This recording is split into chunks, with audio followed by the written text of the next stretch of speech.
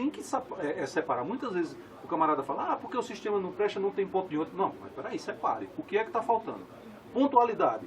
Pontualidade, meu amigo, num trânsito caótico desse, que a gente, olha, eu vindo agora, a gente saiu dali do Salgado, para chegar aqui, a gente demorou quase meia hora, por aqui pela BR.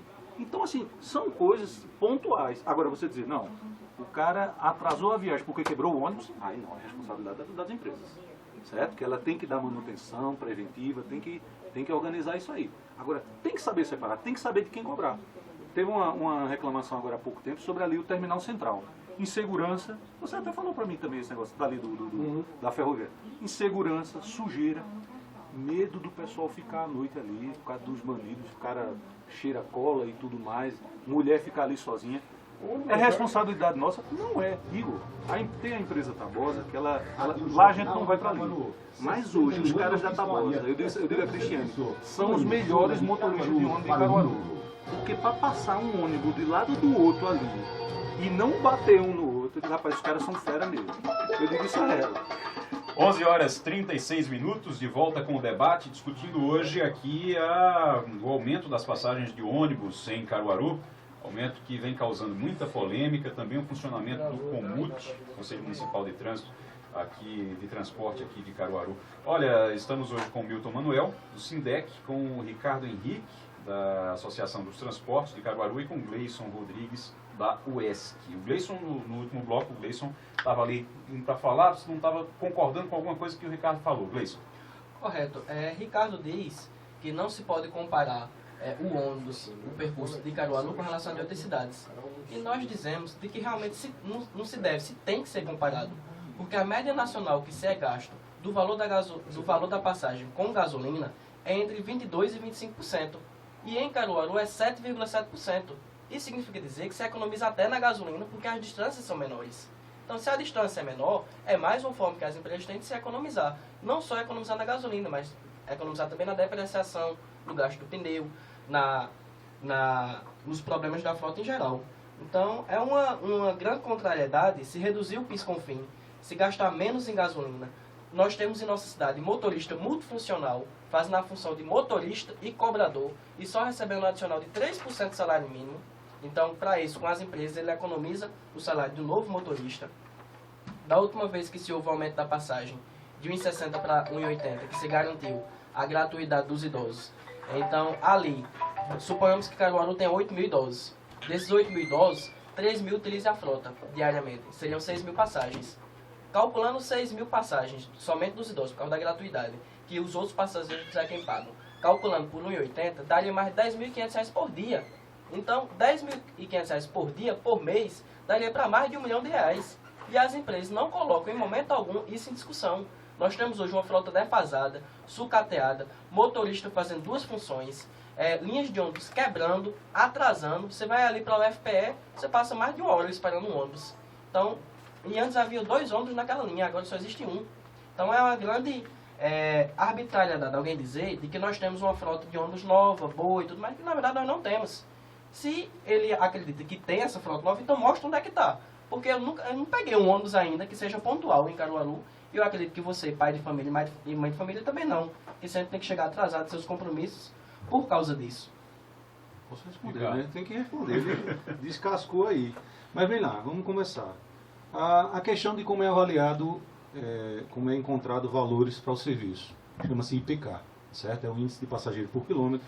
Logicamente, é claro, são distâncias menores. Mas quando se compara Caruaru às outras cidades, o que se transporta em 1 quilômetro, Igor, é o índice de passageiro por quilômetro. O que se transporta em 1 quilômetro aqui é 4 ou 5 vezes mais do que é transportado 1 quilômetro, isso aí só hipoteticamente falando. Não. Em outras cidades, vamos ver, exemplo de Recife. Exemplo de Recife, tá? Vamos pegar Recife aqui, que sempre pegam essa referência. E quanto mais, maior o lucro. Maior o lucro, certo. Então, mas assim, lá eles têm mais, aqui é menos, certo. Tá certo? Enquanto vamos dar um exemplo bem prático. Um ônibus, ele termina o dia aqui em Caruaru, transportou 500 passageiros, certo? Catracados. Que hoje, com a questão da gratuidade, a gente transporta bem mais e não tem nem ideia do que transporta, tá? Esse índice para Recife, um ônibus vai terminar no mínimo com 2 mil passageiros, catracados, tá certo? Então, isso aí já... Aqui são 500. Aqui são 500, é bem menor. E aqui nós pagamos o mesmo piso de Recife, certo?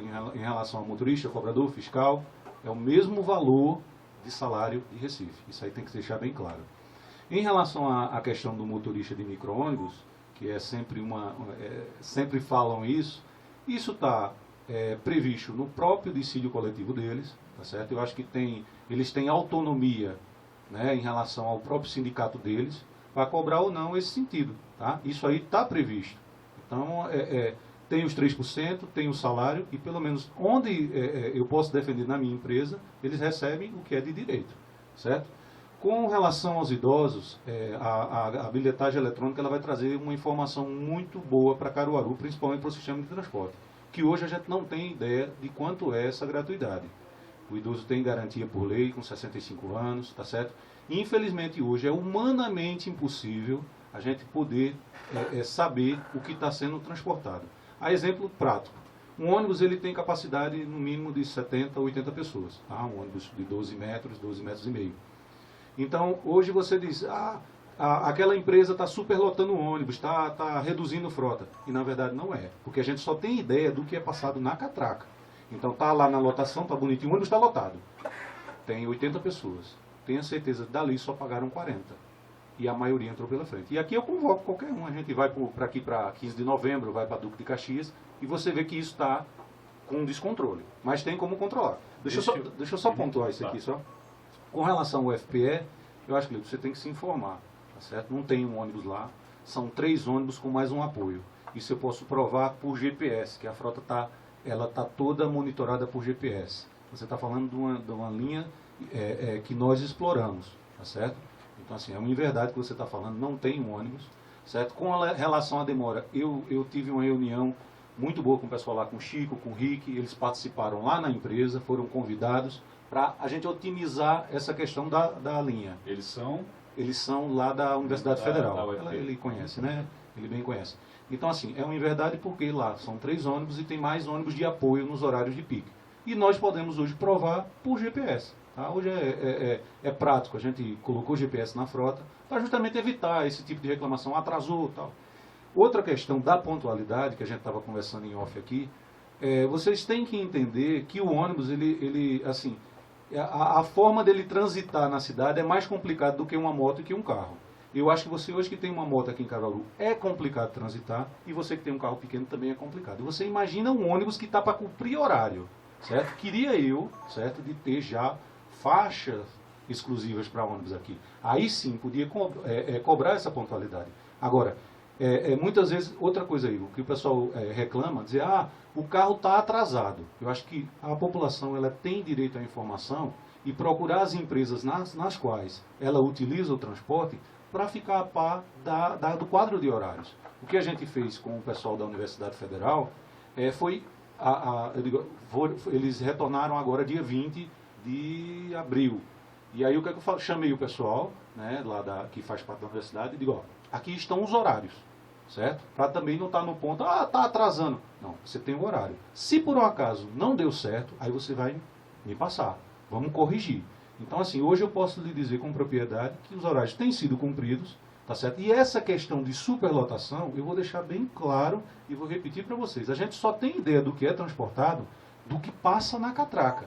Infelizmente, você perguntar a um motorista de ônibus hoje, meu amigo, você tem condição de conferir todas as carteirinhas de gratuidade que tem? Ele disse, rapaz, só se eu fosse um supercomputador, porque é muita gente que entra, tá certo? Então eu só queria pontuar isso aí. Deixa eu dar uma passada aqui no painel interativo, lembrando que você pode participar www.radiojornal.com.br, ícone Caruaru, pessoal participando aqui. Igor, parabéns pelo programa, tá certo, obrigado. Markovski, falando aqui, quanto ao representante da Destra, fugir de um debate é para mim um ato de covardia, e o representante da Destra realmente é um calça-frouxo, tá certo, Markovski. O Adilson Xavier tá dizendo, isso é Brasil, abraços para o Milton Manuel. E o Ricardo participando aqui, ainda no assunto lá do Além da Notícia, né, dizendo que a Polícia Militar disse que não foi assalto no Pátio do Forró, onde foram esfaqueadas 2 pessoas, já a Polícia Civil disse que foi um assalto.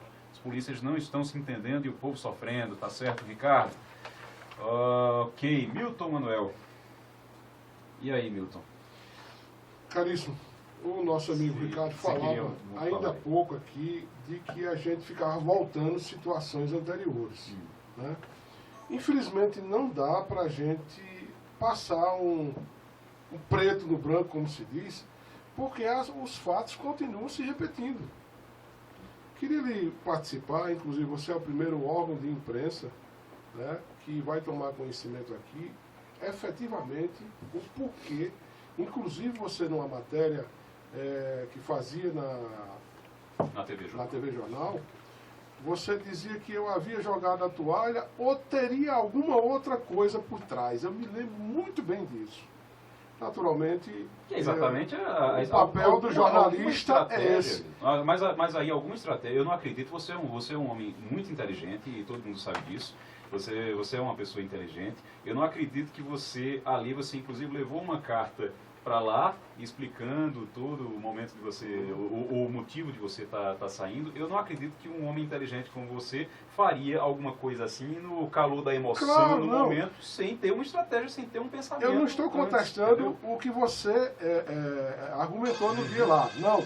E outra coisa, o papel do entrevistador é questionar o entrevistado, ele se vire. Nada contra. Agora, o que eu estou querendo agora é dizer o seguinte, aquele argumento que você levantou, se tem alguma coisa por trás, não. Tem. Isso é que é preciso ser dito, né?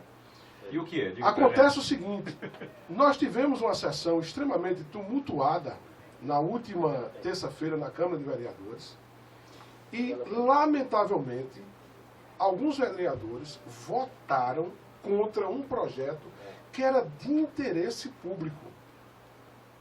Por exemplo, no governo Tonigel com Neguinho, a vida útil dos ônibus era de 6 anos e passaram para 15 anos. Atendendo interesse, e os métodos que utilizaram é sabido quais foram. Quais foram eles. Foi quando começou esse problema aí do quebra-quebra, né? Com os ônibus Exatamente. Começou a quebrar tudo. Agora, esse projeto, enviado pelo Executivo, ele trazia a vida útil do ônibus de 15 para 10. O micro-ônibus de 10 para 7. A outra situação era exatamente uma verba de mobilização que as empresas tanto reclamam. Desmobilização. Obrigado. Essa verba é uma espécie de uma indenização no processo licitatório. E aí é preciso discutir licitação e permissão. Depois, é a empresa que deve arcar com o ônus de qualquer dificuldade que tiver. Né? A atividade de risco é a empresa, não o passageiro ou o usuário. Nosso amigo Ricardo, que eu tenho um profundo respeito a ele, ele sabe disso. Nós não estamos discutindo questões de ordem pessoal. É por isso que eu falei no seu comentário. Né? Nós estamos discutindo questões jurídicas, políticas, né? E fico muito à vontade de tratá-lo como meu amigo e não como inimigo. Essa é a diferença. Agora, não dá para a gente, na questão passagem de ônibus, a gente não conseguiu ainda uma união, vamos assim dizer. Agora, a questão central é que o senhor Leonardo Chaves, ele disse que os empresários chegaram junto. Disse isso aqui na Rádio Jornal. Não é verdade? Está estampado aí na imprensa. E aí, Ivo, aconteceu, o senhor Valmir, da empresa São Cristóvão. Ontem o Leonardo foi questionado sobre isso, inclusive ele disse que chegou, mas não foi da forma que as pessoas imaginaram, foi com amizade. Eu quero dizer só o seguinte. O senhor Valmir, da empresa São Cristóvão, no dia da inauguração da implantação das linhas rendeiras, eu estava conversando com ele, informando das dificuldades, que se eles alegavam que tinham, nós também tínhamos. Nós no sindicato estávamos precisando fazer uma reforma no sindicato, adquirir mais veículos para o sindicato, mas estavam segurando por conta das situações. A mesma coisa devia ser eles estavam precisando de um aumento de passagem de ônibus, mas eles tinham que lembrar que nós estávamos passando um processo de estiagem muito grande no Nordeste e Caruaru não era diferente. Isso afetava enormemente a questão econômica da cidade. O senhor Valmir, no meu ouvido, ele me propôs eu votar com 2,10 e o sindicato ter um carro zero. O nosso amigo Ricardo aqui, eu o convidei, participei isso a ele, que foi reprovado por ele. Eu convidei o vereador Ricardo Liberato e participei também dessa indecente proposta. Então, lamentavelmente, nós estamos ingressando com uma medida judicial junto ao Ministério Público e outra na própria Justiça, porque além das ilegalidades que aconteceram em todo o processo do aumento da passagem de ônibus, vamos requerer judicialmente o fornecimento de todas as atas das reuniões do Conselho Municipal de Transporte e também que o Ministério Público investigue essa situação. Porque situação, pelo menos a população chegou a ter conhecimento, que lá atrás já houve isso quando foi para passar de 6 para 15 anos. Tudo faz crer, né, por analogia, que isso se repetiu.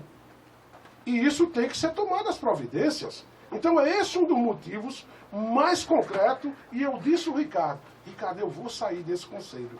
Eu não tenho condição de permanecer num ambiente desse. Deixa eu chamar mais um intervalo, daqui a pouquinho a gente volta com o debate aqui na Rádio Jornal, 11 horas e 51 minutos. Se houve ou não, eu não tenho provas. Agora, indícios fortes. Indícios fortes. O Ministério Público investiga. Ele tem competência para investigar. Ele tem competência. Né? Isso foi, participei ao Ricardo, que é vereador, ao secretário do sindicato, inclusive na hora lá. Não, eu interpretei isso. Mas quando você casa, por exemplo, vereadores lá, rapaz, inclusive, ou pelo menos dito da situação, né? O projeto ali é claro, ele atende o interesse público. Aí vem com uma alegação que não tiveram tempo para votar. Tivemos uma audiência pública há mais de 2 meses atrás. Tiveram sim. O problema é outro. Agora, o Ministério Público vai investigar. Sabe, acabou-se o tempo das coisas aqui. Por exemplo, você se lembra daqueles 80 mil vales de transporte que foram desaparecidos na prefeitura? Deixaram para lá. Não é assim. Não é assim, cara. Ele está sendo investigado. Não é assim. Eu sei que eu posso pagar muito caro por isso. Eu sei que eu posso pagar. Né? Já disse, eu não tenho problema pessoal com ninguém. Agora, enquanto eu estiver vivo, e eu disse lá no conselho, eu no conselho ou fora do conselho, eu vou continuar fazendo o meu trabalho. Dentro ou fora do sindicato, dentro ou fora da associação de moradores, lá no bairro, eu vou continuar fazendo o meu trabalho. Não tem quem impeça. Não tem quem impeça. Agora, eu digo uma coisa, é a mesma coisa de seu Tonigel em campanha, quando disse que sabe muita coisa de seu João, de seu Zé Queiroz. Você, administrador público, tem a obrigação. Se você sabe, eu não disse aqui que eu sei, que eu tenho certeza. São indícios.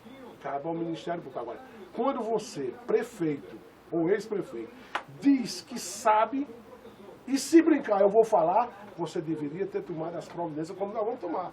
Segunda ou terça-feira nós vamos entrar com essa medida.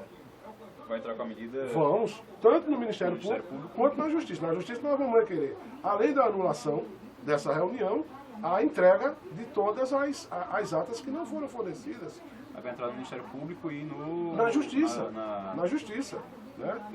Porque essa história de dizer que o sindicato não representa mais ninguém porque está fora do comute, está enganado. Está enganado.